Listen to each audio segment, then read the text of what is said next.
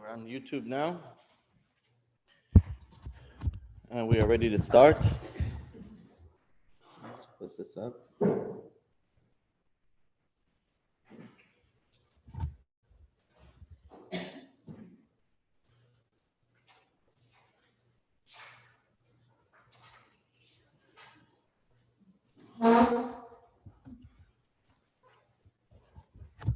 going to start that soon.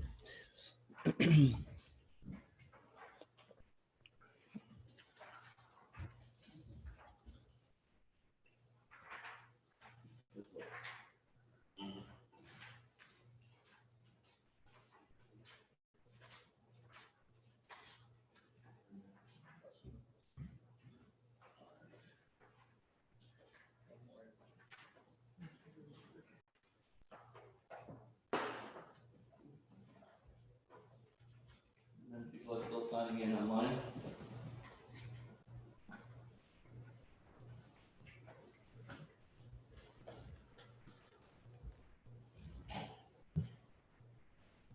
I don't know why that happens.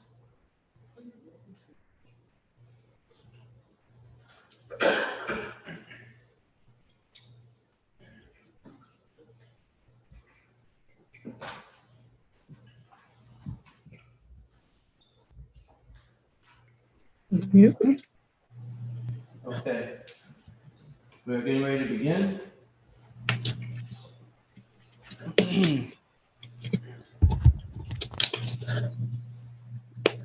Welcome those of you who are online. Welcome those of you who are here in person. Nice to see everyone this morning. Good morning. Good morning. Good morning. Good morning to you. So today we're going to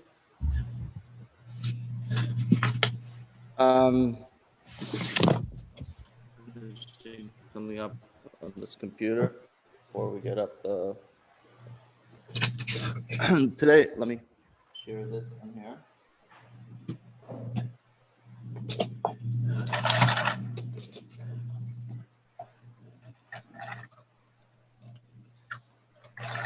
Okay.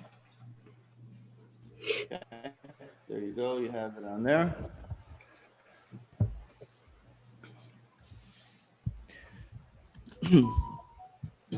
One.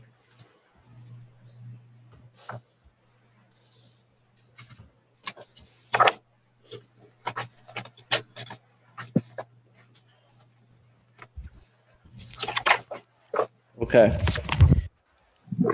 Today we're going to deal with another very, very fascinating subject in the Bible, and a famous story, one which has many questions, and probably one that brings up a lot of issues and things that we've been wondering about for a long time. So we're going to try and shed some light onto the story, and it's the story of the giving of the Ten Commandments, which was followed up by the sin of the golden calf. And this is one of the most troubling stories in the Torah.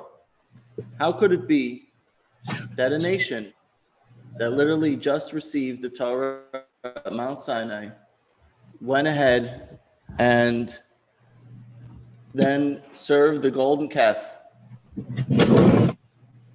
Right? It's one of the most troubling stories in the Torah. So today we're going to try and shed a little bit of light on that. So to begin, as we do, and what we're going to see is once again the incredible connection that that every single story in the Torah has with each other. So this is how it went. You had first the giving of the Torah at Mount Sinai, and then right after that, you had the making of the golden calf and the breaking of the tablets, the two tablets. And that's when Moses said, take two tablets and go to sleep.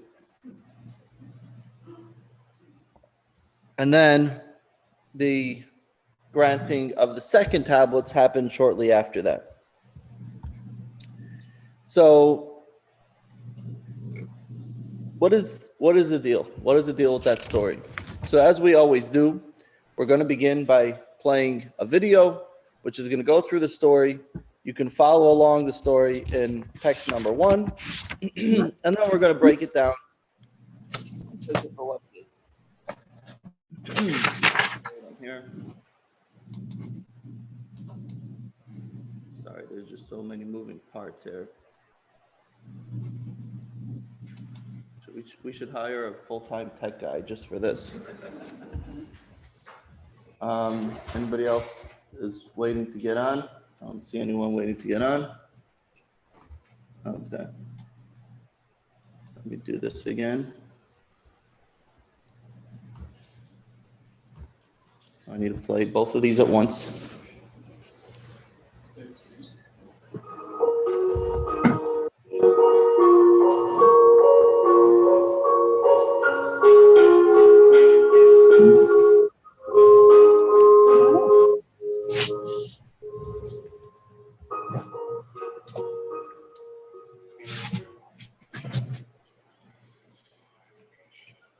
Thank you. That's enough.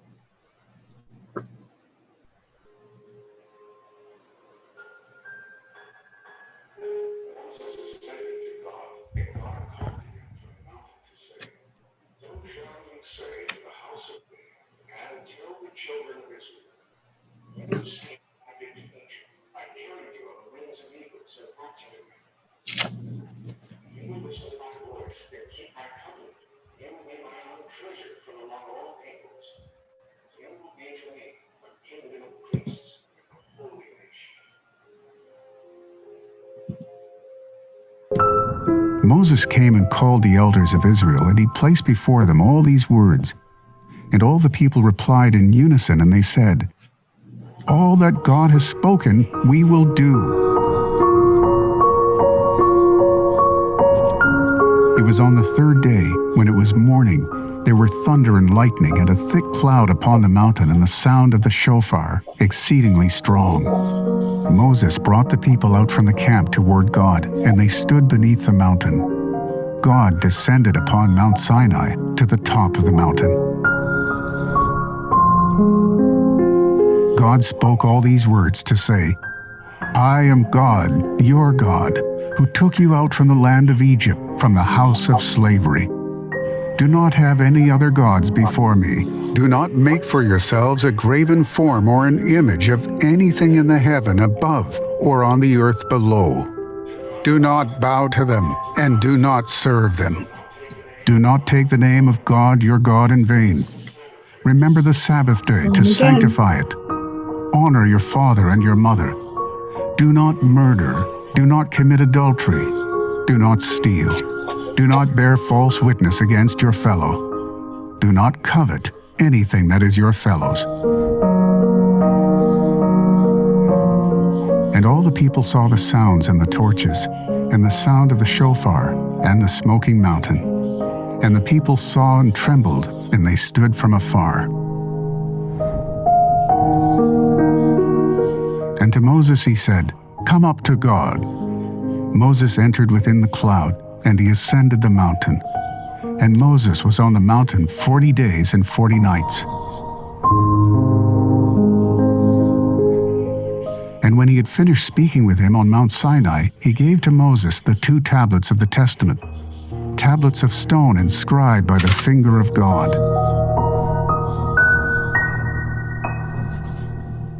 So that's the story of Mount Sinai in a nutshell, as described in the Torah. Now I can argue that this is perhaps the most powerful event in Jewish, non-Jewish, in human history. You see, kind of here. Can you hear now? I know I fixed that. I optimized the sound. So hopefully you can hear now. If you can hear, please let me know. I can argue that this is the most single event that changed the course of human history, not only Jewish history. For some of you, you joined our last course. It's been a while ago. It's really supposed to be the one that was right before this, but it ended up being 6 months before. Anybody remember that course? It was called Gift of the Jews. Yeah, who was part? So some of you definitely were at the course. I think you were there. Judaism's gift to the gift of the Jews to the world. And we went through and we showed how until Judaism came along, the norm was immoral behavior in life. Take things that were the bedrock of human civilization: sanctity of human life, freedom of choice, morality, equality, social justice, charity, quest for peace. These are all things that were introduced by the Bible, and this is accepted. And the Bible is accepted as a central book of justice and morality for the entire world, not just for the Jewish people. So we could argue that this is the most impactful event in Jewish history. Because if you imagine a world not predicated on these principles, today even you have public places that they display the Ten Commandments. Well, it's become a political issue, but and at least we encourage the 7 Noahide laws and so on and so forth. So before the influence of Judaism, these ideas infiltrated the globe, and Judaism brought this in a way that that the world is able to appreciate it. Now, where does the story begin? Now, of course, it begins at Mount Sinai. And it's true that there was other very significant events in history: Joshua taking the people into the land of Israel, and King Solomon building the Holy Temple. But the revelation of Mount Sinai is in a category of its own. And it's for this reason that Moses tells the Jewish people in text number 2, I'm going to read it. He says, ask now, after the early days that came before you, for the day that God created man upon the earth and from the end of the heavens to the other. Has there ever been the likes of such a great thing, or has anything like this been heard? Has a people heard the voice of God speaking from within the fire as you have heard and lived? You were made to see, to know that God is the God. There is no one else besides him. So Moses is reminding the people before his passing, letting them know, remember, this was the most important and most significant event in history. Now, anybody ever heard of a book called the Kuzari? Kuzari, he's shaking his head. Yes, it's one of the oldest books on Jewish philosophy. And that may sound a little strange, Jewish philosophy, but there is such a concept of Jewish philosophy. You have Maimonides wrote a book on Jewish philosophy, Guide to the Perplexed. So one of the most famous books is by a rabbi named Rabbi Yehuda Halevi. And he wrote this book called the Kuzari. What's the Kuzari? The Kuzari was a king from a country called Khazaria, which was a very powerful kingdom. And it was somewhere in the, somewhere in the upper Russian peninsula, somewhere around there. And maybe it was part of Kazakhstan. I don't know exactly where it was. But the kingdom there, the king decided to explore all the different faiths. And he said whichever faith is going to convince him, that is the faith that his people will follow. And they explored and they settled on Judaism. And his kingdom converted to Judaism, and the Jews were treated very well there. But anyway, the history is not relevant so much. But the book of Kuzari is basically a dialogue that goes on with this king, the Kuzari. And Rabbi Yehuda Halevi writes it in this way, and he debates the different religions within this book. And one of the most powerful debates for Judaism, and we actually had an entire course, an entire lesson on this in a course that I taught during the summer. I taught it again, called Judaism Decoded. It was taught online, so maybe I also taught it a little while back. And we went through, we had an entire class arguing the validity of the Torah. So one of the greatest arguments is as follows, text number 3. He says, Moses, the first Jewish leader, was not like them, the founders of other religions.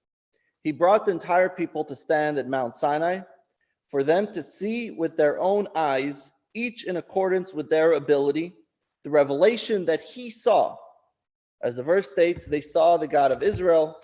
They all could affirm to each other what they saw and heard. This removed from the heart of the nation the terrible suspicion. Perhaps all this is just a claim of a few individuals that prophecy came to them, for it is not possible to create a conspiracy in full sight of masses. And this is what's unique about the introduction of Judaism to the world, that it is a religion that comes from 6 million, about 3 million people. And I'm not going to get into the whole discussion, but basically, theologically, it's very difficult to dispute something that is claimed in that way. I just find it kind of odd that the Torah doesn't mention what happened, like Moses' own experience while he was up in the mountain for 40 days, 40 nights. What exactly he saw and what happened to him. It does say the whole Torah, and God spoke to Moses saying, and God spoke to Moses saying. Right, most of that stuff was when he was on the mountain. Yeah. Well, what do you think he was doing? He was learning the Torah that he needs to teach.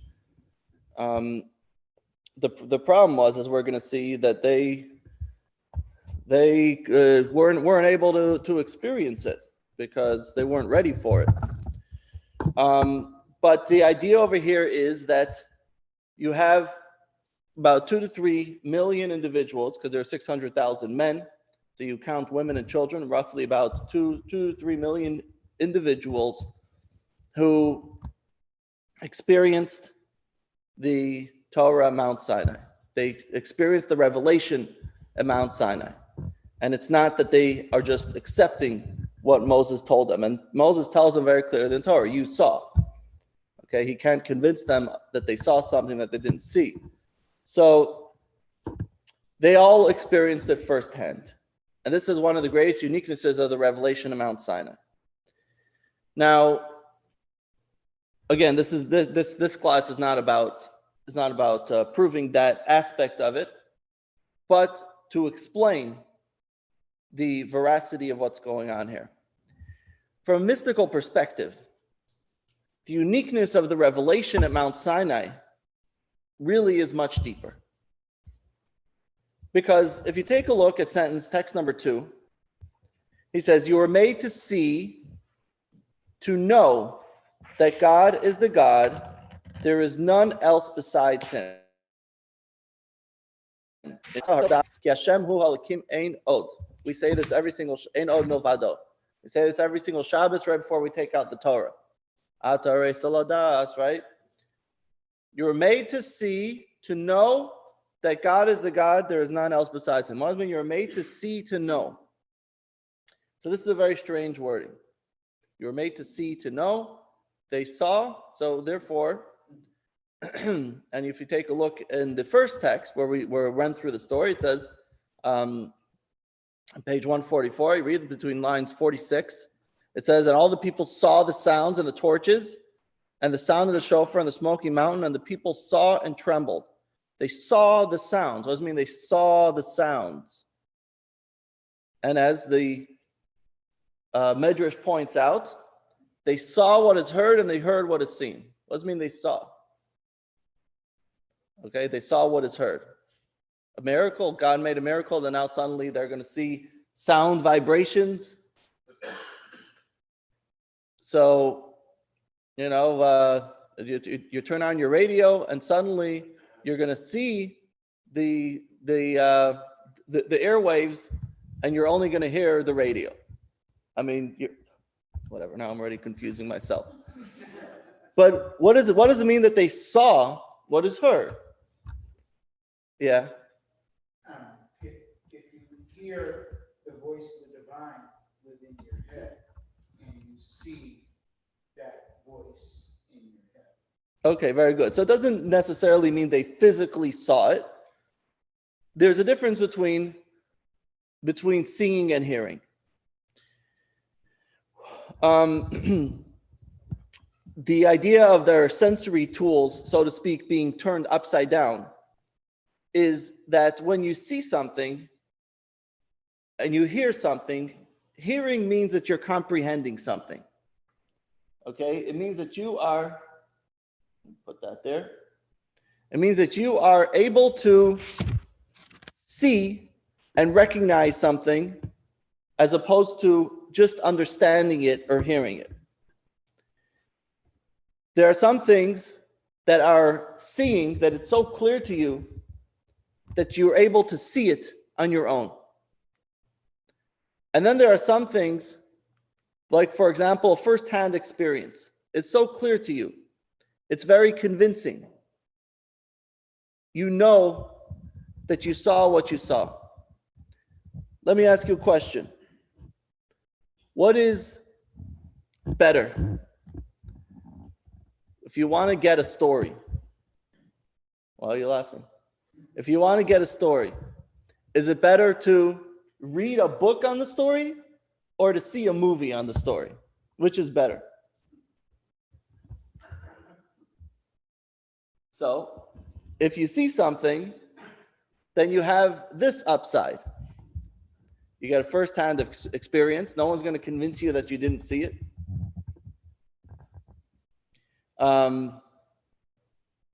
Someone gave me a fascinating story of how he returned back, I guess, to the Jewish faith. And he told me about an experience that he saw. And it was obviously something that anybody listening to it won't believe it. He said, listen, I'm a skeptic, and I saw this. And that's what brought me back to my faith. So some people see things, and you can't convince them out of it. It's more convincing to you, and it's more physically real. That's the advantage of seeing over hearing.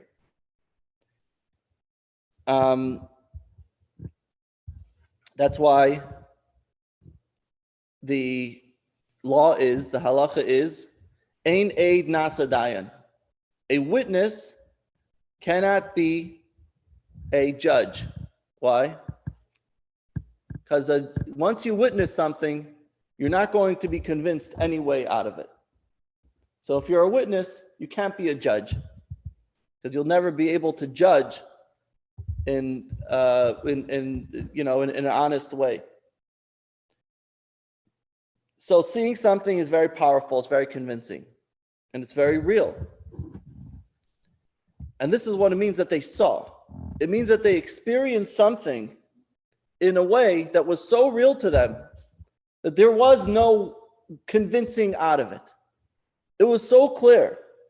Even if they may have heard it physically, but the experience shook them to the core, that it was undeniable in their way. It was that they actually saw what was going on. They saw the godly revelation taking place at that time. Hearing means that you're able to hear through other mediums. You can understand it, but you're not actually experiencing it yourself. And based on the above, we could appreciate the meaning that they saw what they heard. Let's take a look at text number 5. This is what the giving of the Torah achieved. That they saw what they heard and they heard what they seen. To which is ordinarily heard, i.e. spirituality and godliness, which can only be perceived through hearing. The people of Israel perceived with the certainty and tangibility of sight. They saw godliness. On the other hand, material things which are ordinarily seen and now heard the materiality of the world was like something that is perceived by hearing or by logical deduction. So to them, the godly revelation that was taking place now was real to them. To us, we know of a physical life. We know what are the things that are enjoyable in life. Good food, nice cars, nice houses, I don't know, you name it.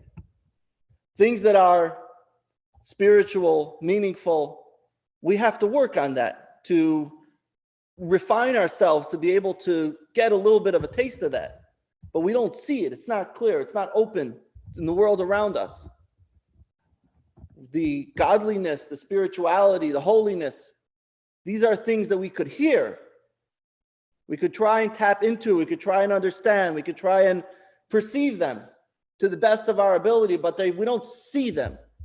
At the time of Revelation of Mount Sinai, it was there. It was right before their eyes. It was so clear to them. It was so open.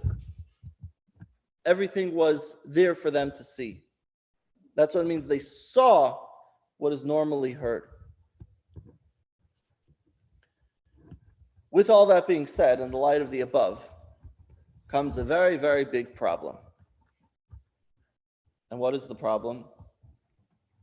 If they experience such a great revelation, then how did they fall so low? And that's really the question that we want to get to today. So let's take a look at what actually happened following this great revelation. The two tablets, the testament, the tablets of testament. So the part 2 of our video looks at what was the second part of the story. Get these going at the same time.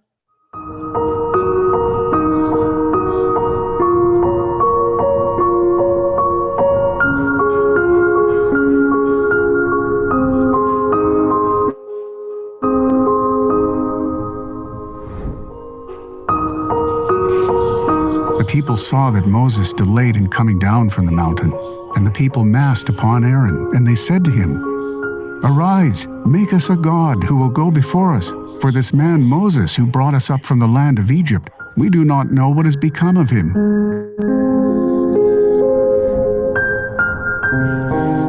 Aaron said to them, "Remove the golden rings that are on the ears of your wives, your sons and your daughters, and bring them to me." He took them from their hand, and he formed it with a graving tool, and he made it into a molten calf. And they said, "This is your God, O Israel, who brought you up from the land of Egypt." They arose early in the morrow, and they offered up burnt offerings, and brought peace offerings. The people sat down to eat and to drink, and they got up to make merry. Moses turned and went down from the mountain, and the 2 tablets of the testament were in his hand. The tablets were the handiwork of God, and the writing was the writing of God engraved on the tablets. And it was when he drew closer to the camp and he saw the calf and the dances, Moses' anger was kindled, and he threw the tablets from his hands, and he broke them beneath the mountain.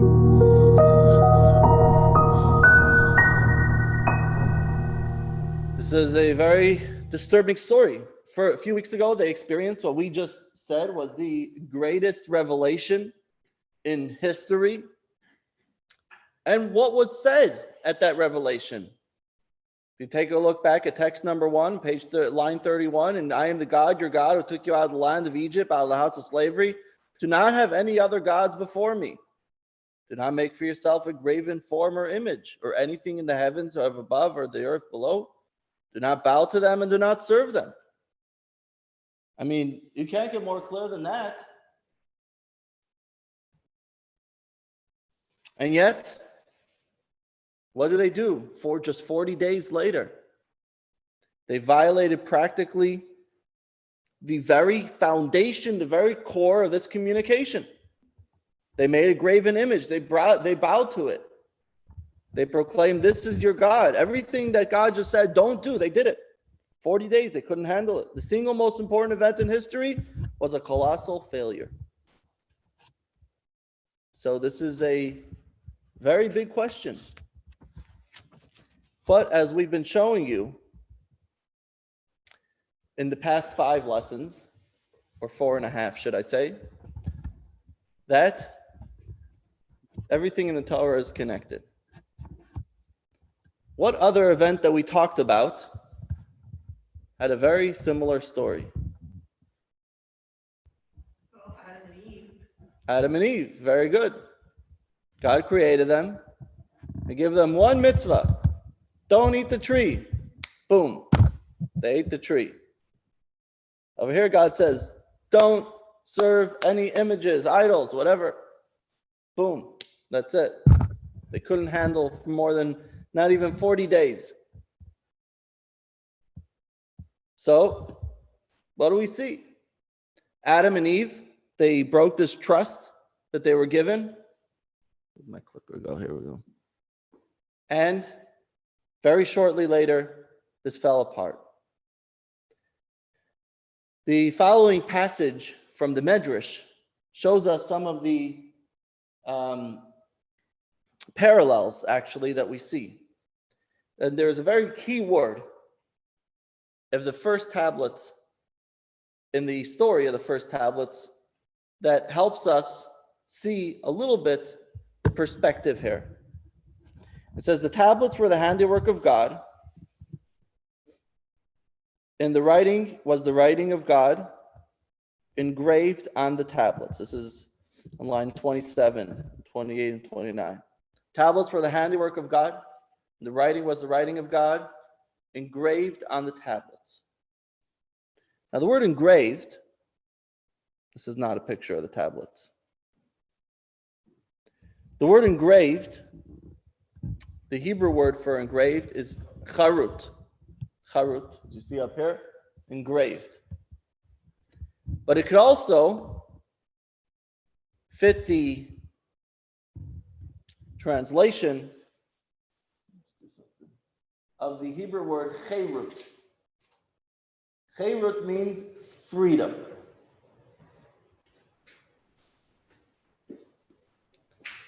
Do not read charut, engraved, but read freedom. Now, why is this significant? So let's take a look at text number 7, the parallels that the Medrash draws from this discussion. This is the meaning as it is written, I said you are divine, and that supernal beings you are all. Indeed, like Adam, you will die. Had all people of Israel waited for Moses and not done that deed, neither Gulut, the exiles of the Jewish people, nor the angel of death would have had the power over them. Thus, as it is written, the writing was the writing of God, charut, engraved in the tablets, was the meaning of charut, cherut, freedom from exile, and cherut from the angel of death. When the people of Israel proclaimed, all that God has spoken we will do and we will hear, God said, I commanded one mitzvah to Adam for him to fulfill, and I likened him to the ministering angels. The people who are fulfilled 613 mitzvahs is not fitting that they should live and exist forever. But when they proclaimed, this is your God, O Israel, they became mortal. Said God, you followed in the ways of Adam, the first man who did not hold out for 3 hours.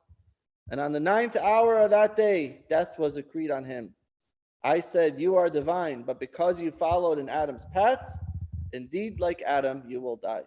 In other words, the breaking of the tablets was a repeat on a national level. The story of Adam was on a universal level. In granting the Torah to the people, God said, I'm giving you the blueprint of creation, and I'm pressing a reset button on creation. I'm giving you a new chance. Everything that I did on a global scale, we're going to now give you the opportunity to reset that. And then you will have cherut, you will have freedom. Freedom from toil, freedom from struggle, freedom from suffering, freedom from death. You'll have a life of perfection. Everything will work out. But it was violated in all these 3 aspects. The first tablets, the Garden of Eden, had a state of perfection. The golden calf, they had a sin and a breakdown of ideal state. And in this case, it was an expulsion from Eden.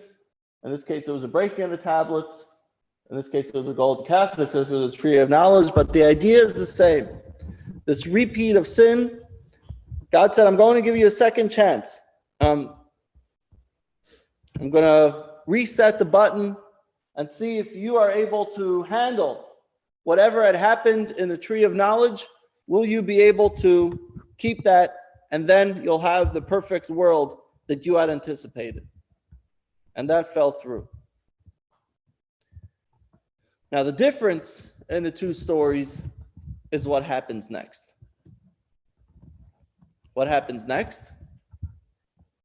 Moses goes to God. God said, I'm going to destroy the people. Done. It's over. But this time, God gave the Jewish people a leader to help them out. Moses says, no, it's not going to happen so fast. You're going to give them a second chance. What's the second chance? The second set of tablets. So, everything wasn't set perfectly. We still had exile. There's still death. And the second tablets were not completely identical to the first set. But there were some ups to the second tablets. And when we understand the difference between the first tablets and the second tablets, we'll understand exactly what was supposed to take place and how they are correct. So we're going to look at some more texts. It's in text number 8, but some more verses from the text on the second tablet. And here we go.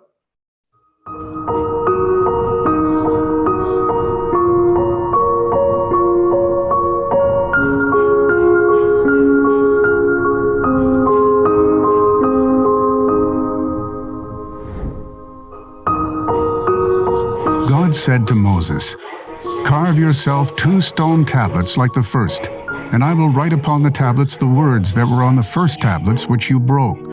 He carved 2 stone tablets like the first, and Moses rose early in the morning, and he ascended Mount Sinai as God had commanded him, and he took in his hand 2 stone tablets. And he was there with God for 40 days and 40 nights. And he wrote on the tablets the words of the covenant, the 10 commandments. Short text. Let me ask you a question. What are the differences between the first and the second tablets? God made the first tablets and Moses made the second. Okay. Well, I'm not sure. Well, he didn't make it completely, but he had to prepare it, and God actually inscribed it. But yes, that's a difference. That's one of the main differences. Actually says that Moses became very rich, very wealthy, because these tablets were made out of sapphire. And God said, take those and make new ones. But the main difference is that God said, take for you, carve yourself 2 stone tablets on the first, and I will write upon the tablets the words that were first, the words on the first tablets which you broke.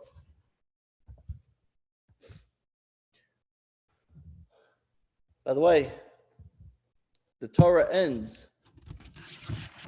The very last thing that's written in the Torah, do you know what it is? It says about all the deeds of Moses. And the greatest deed about Moses is that he broke the tablets, La'enei Kol Yisrael, before the eyes of the Jewish people. This was the greatest thing that Moses did, greater than anything in them out of Egypt, greater than splitting the sea. As this is what actually saved them, the fact that he broke the tablets. But what are the differences in the first tablets and the second tablets? The first tablets, number 1, with regards to the state of the world, there were 3 main differences.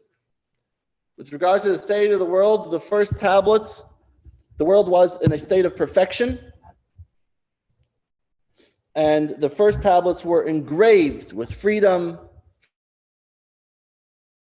from struggle. It was restoring a state of perfection, of God's original plan. Now God is going to finally be revealed on the world as we see it. Second tablets didn't have this quality, and the sin of the Jewish people lingered, death and struggle stayed, and so that was one thing that was a difference there. The first tablets were completely the handiwork of God, and the second ones were carved by Moses. But the most important difference is the third point. And that is, in both cases, God wrote the actual tablets. And the first tablet says the tablets were the handiwork of God, and the writing was the writing of God. And then God says to Moses, carve yourself 2 stones. In other words, the first tablets were both the content and the medium were divine. But in the second tablets, the content was divine, but the medium was of human manufacture. And this is why the next part is very significant. Because when we talk about the medium, it was now that God, when he granted the second tablets, he entailed a radical change in the way God is communicating the message. Text number 9, God said to Moses, do not be distressed over the first tablets, which contained only the 10 commandments. And the second tablets I am giving you also halacha, medrash, and agada. What is halacha, medrash, and agada? This is the Torah, the way it is interpreted, the way it's explained, and the oral law that comes along with it, which we also taught at length in the previous course, Judaism Decoded, about what exactly is the oral law. But what is the idea? That with the oral law, there is an additional aspect to the Torah. God is teaching them not only the written Torah, which the written Torah is the 5 books of Moses, the Torah the way we have it in the Ark, the actual wording, the 5 books of Moses. As you see in text number 10, had Israel not sinned with the golden calf, they would have received only the 5 books of Moses and the book of Joshua. Why? Because the verse says, much wisdom comes through much grief. So you say, okay, simple is better. But not really. The Torah is consisting of 2 parts, the written Torah and the oral Torah. The core of the Torah is written on the 10 commandments, and it encapsulates the mitzvahs, the 613 commandments. And then God communicated to Moses the additional mitzvahs, the 40 days that he was there on Mount Sinai. The written Torah, the 5 books of Moses, or the Torah the way we know it, the Torah scroll that has the entire Torah written on it, which has been meticulously preserved for generations, has these things. The 10 commandments, 613 mitzvahs, this is the 5 books of Moses.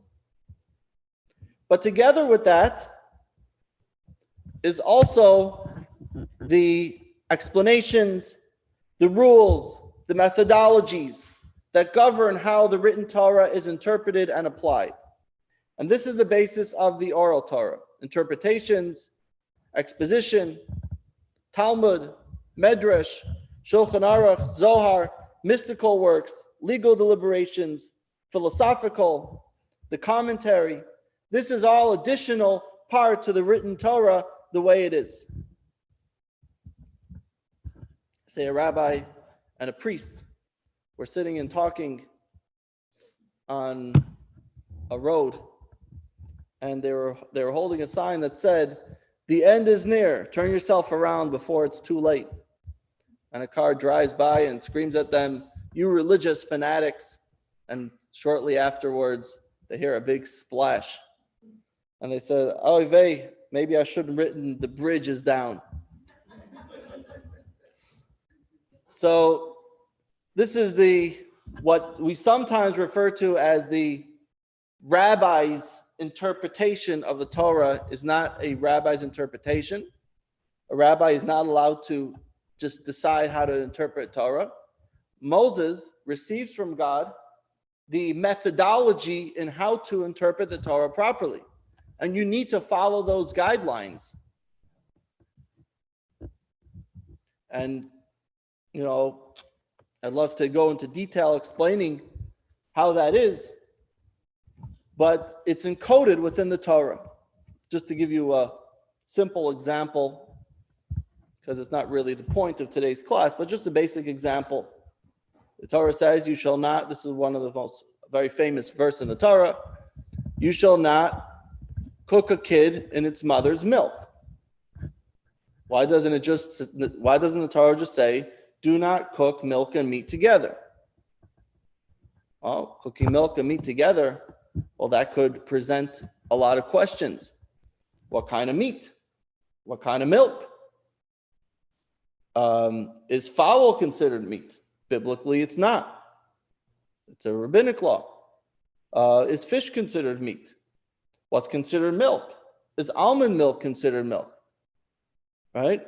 So if the Torah were just to give things simply, or seemingly simply, it would actually make things a lot more confusing. It has to be a milk that could be cooked in its mother's milk. It has to be a kid that could be cooked in its mother's milk. Anyway, and there's much more, but just to give you just a simple example of why you need the proper interpretations that are governing the laws of the Torah. Everyone online, you with me? Good? Following? So the oral Torah includes all these major works.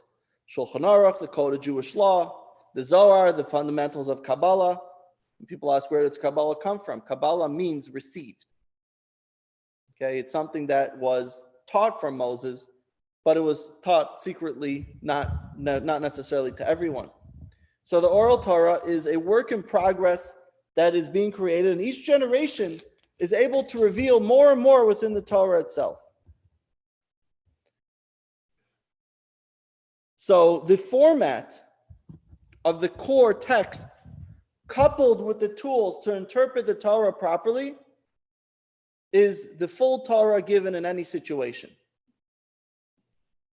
If the Torah says that an ox, what if an ox gores another ox? Okay, now we live in the country, so we could see oxen. But if someone's in New York City experiencing that, but what if your car smashes another car?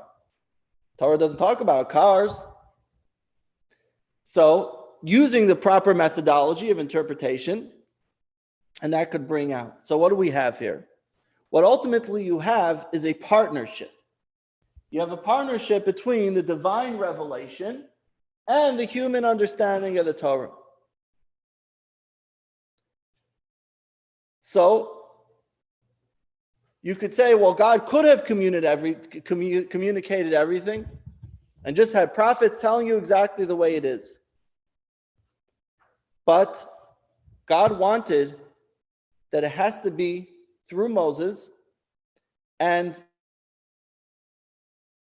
originally it was a written Torah. A written Torah meaning that everything is coming from God himself. God wrote it, God put it together, God gave it, and this was the first tablets model. The content and the medium were both coming from God directly. This was the first tablets. The second tablets, God said, there's a problem, and we're going to correct the problem. What is the problem? The problem is that you are not ready to receive it in this way. So therefore, God says, I'm going to give you a written Torah, the way I want to give, but also I'm entrusting you, the people, the sages, based on the principles I'm giving you, to be able to build on that and use your mind, your understanding, your methodology, using our methodology, but your understanding of it, using your human faculties, not only the divine revelation, to accomplish that which we want to bring out over here. So we have two ways. We want the content to be divine, but the medium to be human. Now, which is more effective? Just the divine revelation or the human development? So, if you want things to be more clear, more advantageous, more unambiguous, then you take it the first way. But if you want to have the human interaction, then that's the second way. That's why God says, don't be distressed over the loss of the first tablets, because now I'm going to embody much more within the second tablets in a way that you will be able to accept it and you'll be able to understand it. And so this is really what the second tablets is about. To give a little bit more understanding to this, we have to take a look at a very strange verse. Going back to text 1, line 26 and 27. Moses brought the people out from the camp towards God, and they stood themselves beneath the mountain. Now, this is really not a proper translation. I'm sorry, this is a proper translation, beneath the mountain. Usually it's just translated beneath the mountain, at the foot of the mountain. But the Hebrew word that the Torah actually says is beneath the mountain. He stood them under the mountain. How do you stand under the mountain? It says the Talmud in Shabbos, this text number 11, it teaches that God overturned the mountain over them like a cask and said to them, if you accept the Torah, fine, now it'll be your burial. What does it say? That they were essentially being coerced to receive the Torah. Strange to visualize. Now, if it means that God actually ripped out the mountain and put it on top of them, that's not so much what's relevant.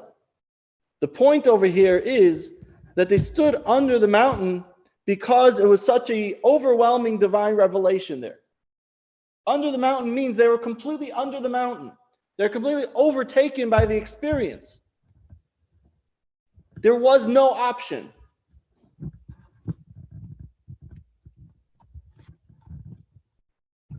It's like, when you see in the movies, the big guy coming to the little kid. Are you going to listen to me, right? What's he going to say? No? You have a choice. Of course, if you're overtaken, you have no choice. Now it's in a way of, a spiritual revelation. Text number 12, the Rebbe puts it out very clearly. How do we reconcile the saying of the sages that God overturned the mountain over them like a cask, but the fact that the people willingly responded, we will do and we will hear? The deeper meaning is as follows. When the people of Israel stood at Mount Sinai, only 50 days had elapsed since their exodus from Egypt, which was the most debased place in the world in terms of decadent character, as is well known. This is not sufficient time for them to make the transition from the one extreme to the other and achieve a genuine recognition of the value of the Torah. Rather, this recognition was forced on them from above when the light of truth was revealed to them so powerfully that they could tangibly see the Torah, and that without them their lives were not worth living. In a more literal sense, they therefore proclaim with their heart and soul, we will do and we will hear. However, as they did not achieve this recognition in a progressive methodological way by their own efforts, but rather as a gift and a flash of illumination from above, once the moment of revelation had passed, nothing but a faint impression of it remained. So in other words, divine revelations don't really change anything. You ever say, well, if God appeared to me, I would for sure listen. Well, guess what? You do get divine revelations many times, and you get inspired. Some people refer to it as moments of truth. We get inspired, we get amazed, and you say, oh my God, this for sure I'm going to do. And a few days later, it's completely different. People will come to Shul on Rosh Hashanah and Yom Kippur and say, okay, my year is going to be completely different. People make resolutions, a new year, and everything's going to change. Or let's talk about a greater event in life. You stand under the chuppah, you get married, and suddenly you're going to have this miraculous moment. You're going to be uplifted and energized. The spark of love is there, and life is going to be great. Well, it doesn't always end up that way. After Rosh Hashanah, Yom Kippur, you say, I'm going to be a better Jew, everything's going to change. Well, it doesn't always end up that way. You ever said, I'm going to take a diet and do a diet? Well, we know it doesn't always work that way. Even sometimes you may lose a lot of weight. At the end of the day, if you want a diet to work, let's make things simple. Talk about diets. If you want a diet to work, what is the only way that it could work? Is if you're actually going to change your eating habits, your regular life routine every single day. If you're actually ready to make your change. Yeah, you could starve yourself for a week and you'll lose 5 pounds, 10 pounds even. But that's not going to change you. You want to be changed. It's a long process. It takes time. So you could have a revelation from above. You could have a revelation telling you to completely change yourself. But we need to participate in the journey. We have to be part of the process. And until you actually get it within yourself, you could have every teacher and every inspirer and every inspirational speaker telling you what to do. But it has to be within yourself. You have to really live it yourself. And the same is true with regards to a more global scale. The divine revelation, God descended to Mount Sinai. He said, I am giving you the message. You're experiencing the truth of all truth in a very tangible way. You are seeing what is normally heard. You want the divine revelation, you want to see God, you want to experience God, you're going to get it. But you're not ready for it. The next day you wake up and you're back to your old habits. Do you know that idolatry, although being the second commandment in the Torah, in the 10 Commandments, they were completely infused with it. It was such a part of normal life. To the extent that people,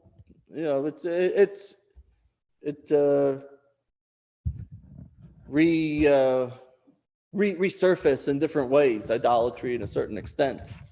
You have human idols and you have money and things like that are, in a certain sense, resurfacing.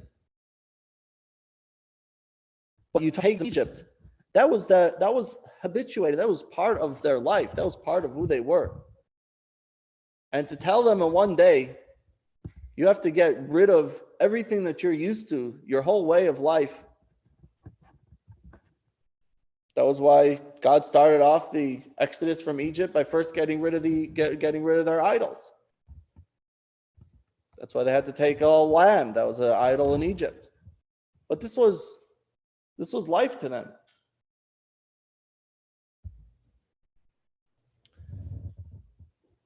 The Talmud tells a story about one of the sages who were able to go back to, I think it was Menashe, one of the kings in the prophets. I think it was Menashe, where they were idolaters. And he asked them, how are you such an idolater? And he says, if you were living in our days, you would be running after it. So you want them to change their entire habits of life, change that in one day. That doesn't happen. And this is where we have the advantage of hearing. Hearing means, although you are able to see something, but hearing means that I'm taking the idea and my mind reconstructs the idea. You're being more subjective to it. You're allowing yourself to grow with what is with what is taking place here. You're an active participant. So yes, there is an advantage of seeing. It's powerful, it's decisive, but then you also have the passive recipients who are taking this and becoming active recipients. That is what hearing is. Hearing means you understand it. You are building your knowledge on it. You are building your understanding on it. We actively create. We build piece by piece in our own faculties. We're putting it together. We work on it. That is the idea. Seeing means you're overwhelmed by it. You see it, you know it, but do you really get what took place here? Sometimes you get an experience, you see it, and then you have to take it apart. You have to break out. What did I actually see? What did I actually experience? What actually took place here? You have to understand what happened. It's the struggle of being able to understand and appreciate whatever took place. And this was the problem. And this is why they weren't ready for the revelation that happened.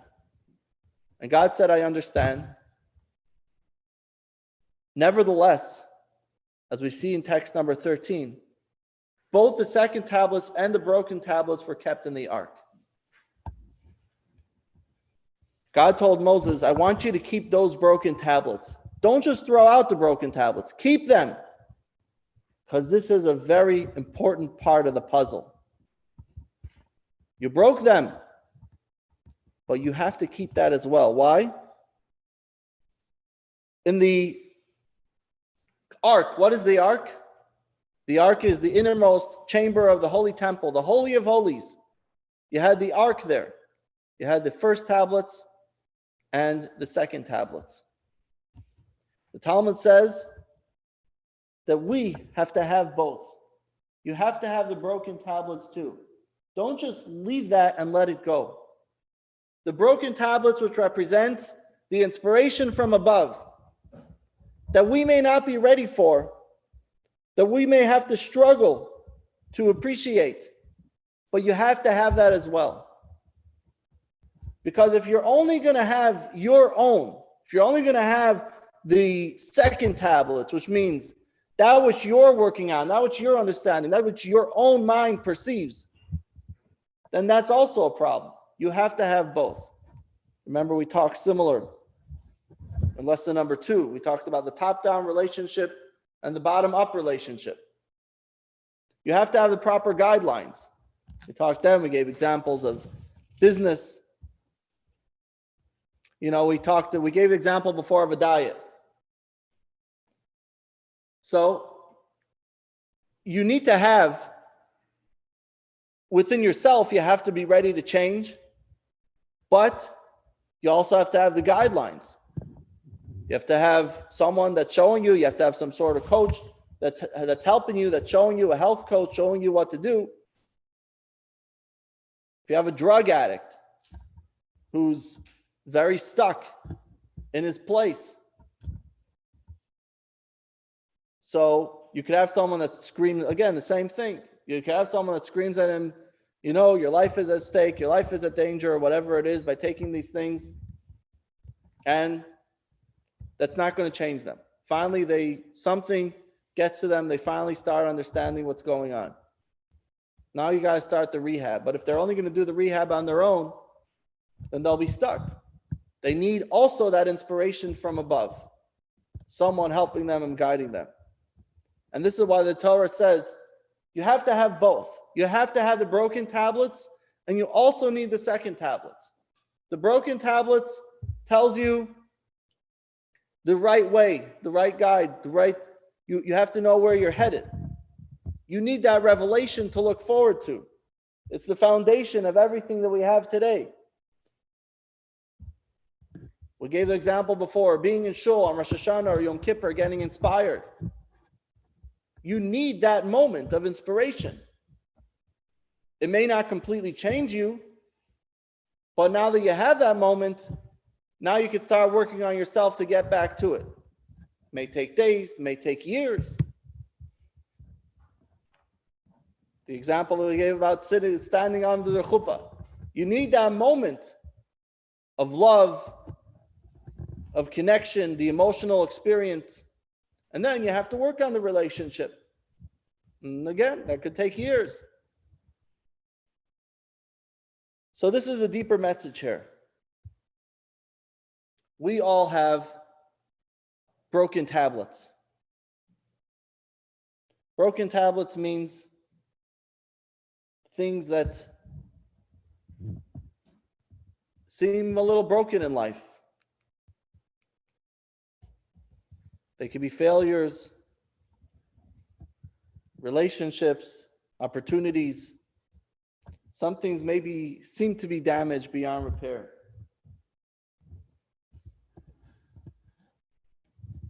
So there's two ways. When there's dejection, despair. So some people could just say, I want to throw it out, forget it, and leave it behind. But the proper approach is not to completely forget it and move on. The proper approach is to use the failures as an inspiration. Don't succumb to the dejection. Don't succumb to the despair, to just relinquish hopes and dreams. When we move on, keep the broken tablets with you. Keep those broken experiences and help them. Use them to help you become a stronger person. Use those difficult experiences to grow more and to become even stronger. The Talmud is telling us you need to keep the first tablets. The first tablets were not a mistake. They weren't one which they're broken and goodbye. Take the tablets, put it in your ark, put it in your holy place, put it in the store of your holy of holy within inside you. In the depths of your heart, place those broken tablets. Use that excitement, that energy, that inspiration which you first embarked with in life's mission and life's endeavors. These are going to be the foundation of accomplishing what you have to do. The strongest people are those who may fall, may have failures, but get up and build themselves up. And that is the lesson of the broken tablets. The Jewish people were not ready to accept it then. They weren't ready to receive it then. But we now went 3,500 years later, and we are a people who understand it in such a deep, meaningful way that we continue to explore more and more, keeping that with us. Okay, lesson today is a bit shorter. We'll now watch the Lesson 5, the broken tablets. Lesson 5, the broken tablets. 1. The giving of the Torah at Mount Sinai, where the entire people of Israel directly experienced the most unequivocal divine revelation in history, is the foundational event of Judaism. At Sinai, we saw what is heard and heard what is seen. Godliness and spirituality, which are ordinarily apprehended secondhand or heard, were perceived with the immediacy and veracity of sight, whereas the physical world, which is ordinarily seen, was relegated to a lesser realism of something that is heard and understood. And yet, shortly thereafter, the people violated the first commandments they had heard directly from God by worshiping the golden calf, prompting Moses to break the tablets. How is this possible? 2. At the giving of the Torah, God restored for the people of Israel the state of tranquility and immortality that existed in the Garden of Eden. Worshipping the golden calf was essentially a repeat of Adam and Eve's transgression and resulted in the breakdown of this ideal state. 3. God granted the people the second tablets, but these differed from the first tablets in a number of significant ways. This time, mortality and struggle were not abolished. In the first tablets, both the content and medium were from God, whereas in the second tablets, the content was divine, but the medium was of human manufacture. The first tablets embodied only the written Torah, God's direct instructions to us. The second tablets incorporated also the oral Torah, the process by which we expound the written text and apply it to our lives, making the Torah a partnership of divine revelation and human understanding. 4. Divine revelations and miraculous experiences shake us out of our complacency and set us in the right direction, but they do not truly change us.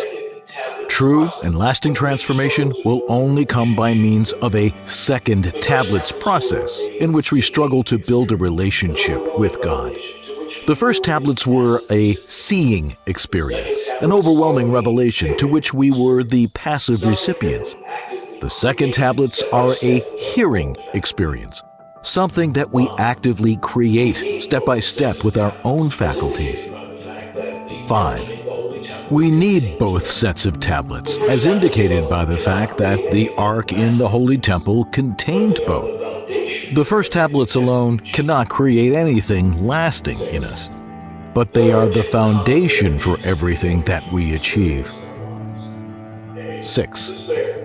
There are two common reactions to the failures we experience in our lives. A. Despair. B. A desire to start from scratch and leave our past behind. The fact that the broken tablets were preserved in the Ark presents us with a third option: to carry these broken pieces with us, connecting with the original passion and overwhelming energies they hold, So next and week we're making going to talk them the about Korach's foundation for our rebellion future and achievements. his fight with Moses and what that means. Yes. It was brought down that the revelation was basically the marriage of the Jewish people to Hashem, correct? Yes. Okay, so in a way,